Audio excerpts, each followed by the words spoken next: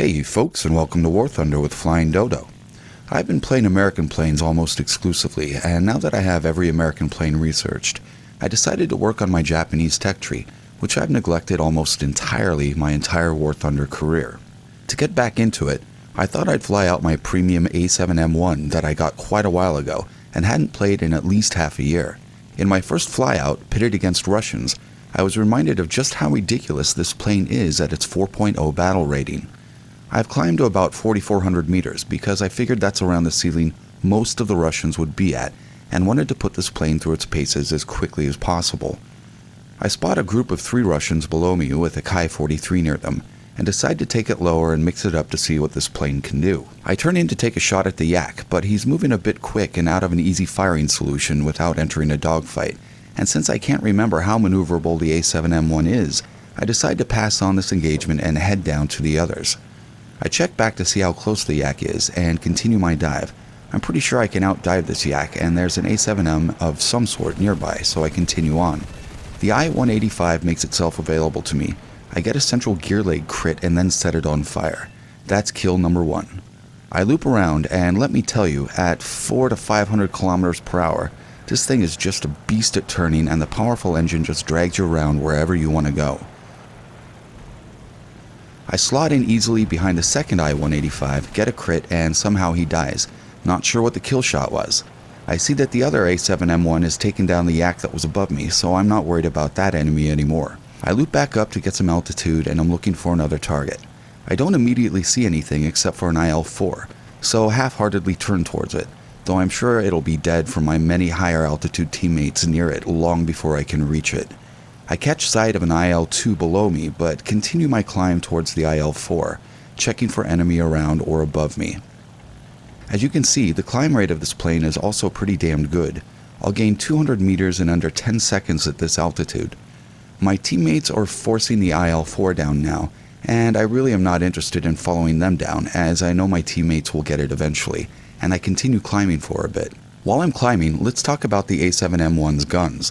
With 2 20mm cannons and 2 machine guns, 400 rounds for cannons and 613.2mm rounds, you have plenty of ammunition for long-term engagements without having to return to base to reload very often.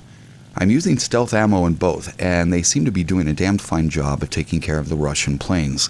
In this match, I believe I had convergence set at 300 meters.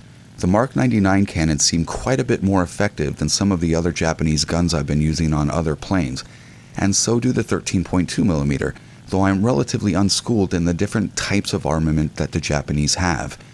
I'm sure I'll form some opinions as I work my way through the Japanese tech tree. I'm still looking for a fighter engagement and see another group of planes, 1 high and 2 low, about 9 clicks out. I also notice a captured Hurricane up behind me that somehow I didn't see before. The crews on my Japanese planes are not very leveled up, so that may be the issue here. I'm turning towards the Russian fighters now, trying to figure out my safest, most efficient plan of attack. I've got an I-185 and the Hurricane above me, the Hurricane being the most immediate threat, though I can't remember which version of the Hurricane is the captured one for the Russians. I zoom in to look at the Hurricane to see if it's going to make a pass on me, and I'm pretty sure it is. I turn towards and nose down a bit to pick up some speed, keeping an eye on both the Hurricane and the I-185 above me to get ready to evade. The Hurricane appears to be engaging a Ki-61 at altitude instead of focusing on me, and the A7M is chasing the I-185 down. I continue forward, waiting for an opportunity that will put me in the best position for the safest attack, while keeping my energy relatively high. Best to keep your options open rather than rush in.